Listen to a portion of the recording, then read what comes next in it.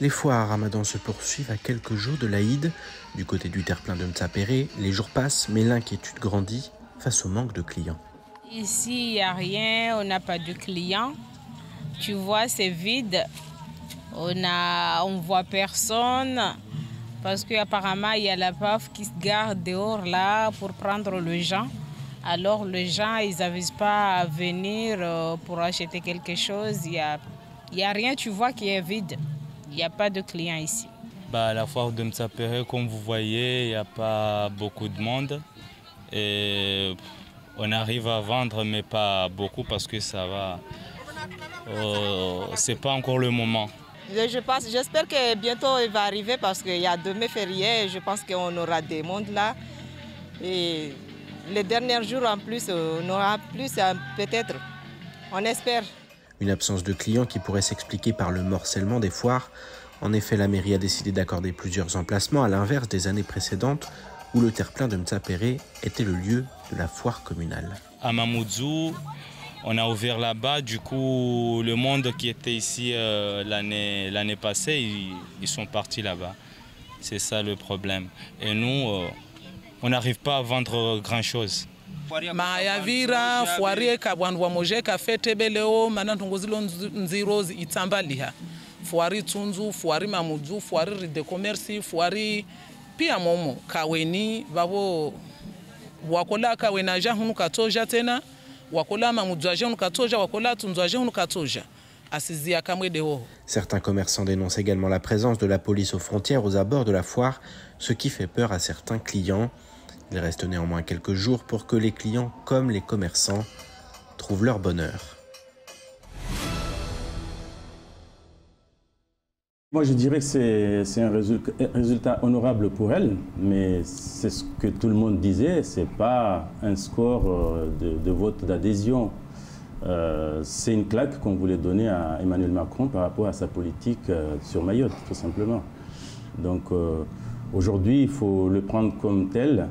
Et puis, ce qu'on peut remarquer aussi, c'est que les partis politiques à Mayotte, comme en métropole d'ailleurs, n'ont pas forcément de sens aujourd'hui.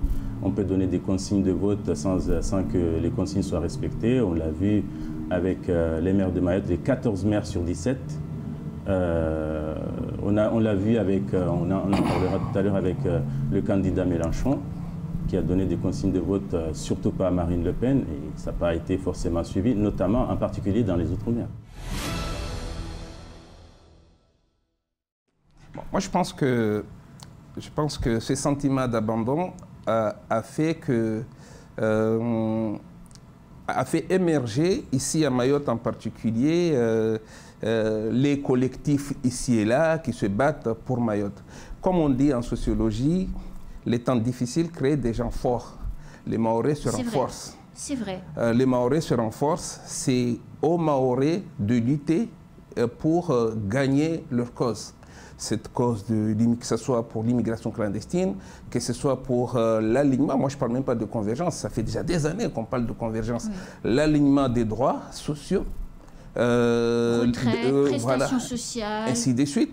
Donc c'est aux Mahorais qui se renforcent. Et ça, tout le monde, je pense, sera d'accord dans ce plateau que les Mahorais aujourd'hui ont pris leur destin en main. Et c'est ça ce qui est encourageant par rapport à l'avenir. Quels que soient les deux élus parlementaires qui seront issus des élections du mois de juin, je pense que ce sont des gens qui seront investis d'un message clair. Ce sont les Mahorais qui vous envoient là-bas. Vous n'allez pas là-bas pour parler pour vous et non et laisser les Mahorais de côté. Après plusieurs mois sans opération, la lutte contre l'habitat insalubre semble sur le point de reprendre. Les opérations de destruction des quartiers insalubres de Miré-Rény et Combani vont avoir lieu après de multiples péripéties devant le tribunal administratif occasionnant 6 mois de retard. Les habitants de ces quartiers informels et insalubres seront ainsi délogés dès aujourd'hui. 125 cases en tôle vont être détruites afin de libérer les terrains. 3 jours sont envisagés pour venir à bout de l'opération et remettre à nu les parcelles en vue de prochains aménagements. À Miré-Rény, ce sont des logements qui seront construits. Sur Combani, c'est une école qui sortira de terre pour répondre aux immenses besoins en la matière dans ce village du centre. Le 10 mai prochain, de 7h30 à 14h, le régiment du service militaire adapté de Mayotte organise un nouveau séminaire. Après les métiers du BTP et des transports, ce sont les métiers de bouche qui seront à l'honneur. Le RSMA souhaitait en effet permettre une rencontre entre les organismes de formation, les restaurateurs, les acteurs pour l'emploi et les stagiaires du régiment.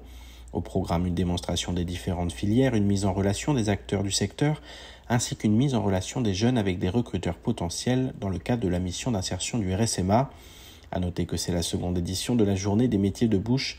La filière restauration montrera à cette occasion son savoir-faire lors d'un repas prévu à cet effet. À partir de demain, à l'occasion de la journée de commémoration de l'abolition de l'esclavage, la direction des archives départementales et de la documentation scientifique propose de découvrir l'exposition « Esclavage et abolition, une histoire de France ». Conçue par la Fondation pour la mémoire de l'esclavage et enrichie d'un panneau sur Mayotte, C'est notre histoire retrace l'histoire de l'esclavage et de ses héritages du XVe au XXe siècle dans l'espace français. L'exposition intègre les dernières recherches sur le sujet. Elle se veut pédagogique grâce à des animations numériques visibles sur les téléphones portables.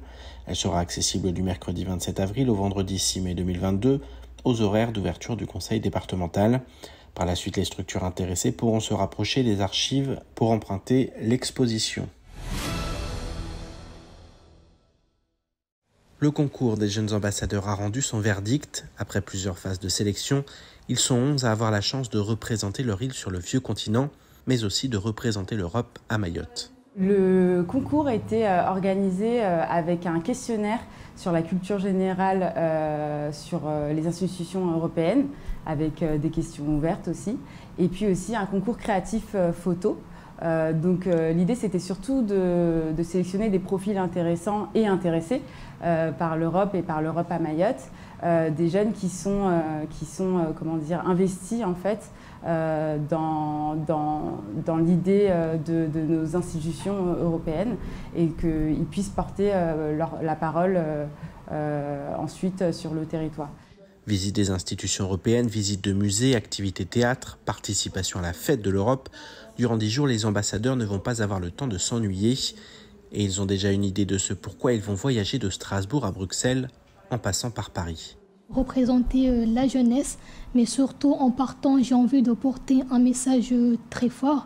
C'est que Mayotte a une vraie richesse et que la plus grande richesse de Mayotte, c'est sa jeunesse.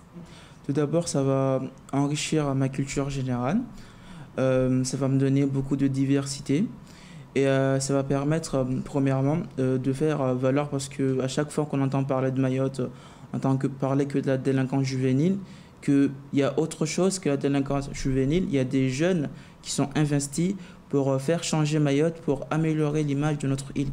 La jeunesse est l'avenir du territoire. Les ambassadeurs ont été sélectionnés pour prouver que nos jeunes ont de l'avenir et feront briller Mayotte à l'extérieur des frontières de l'île. C'est des jeunes qui sont très ambitieux, ils ont vraiment tous des profils impressionnants, ils sont très investis. Je pense que c'est important justement de montrer dans les institutions européennes la force de cette jeunesse à Mayotte. Je rappelle que cette année, en 2022, c'est l'année de la jeunesse en Europe, notamment du fait de la crise Covid. Les jeunes ont été très résilients. Et donc cette année, l'Union européenne a décidé de mettre à l'honneur cette jeunesse. Donc le voyage s'inscrit vraiment très bien dans cette optique. Comme ce voyage se fait en mai, il fait aussi partie de la programmation Joli mois de mai. Oui. Donc la jeunesse au sein de l'Union européenne, et notamment dans le cadre de la présidence française de l'Union européenne, est vraiment très importante et mise au cœur des préoccupations. Et à Mayotte, on le sait que de par notre démographie, notre jeunesse est notre richesse. Une richesse qu'il convient de polir, et c'est bien là tout l'objectif de ce voyage en Europe.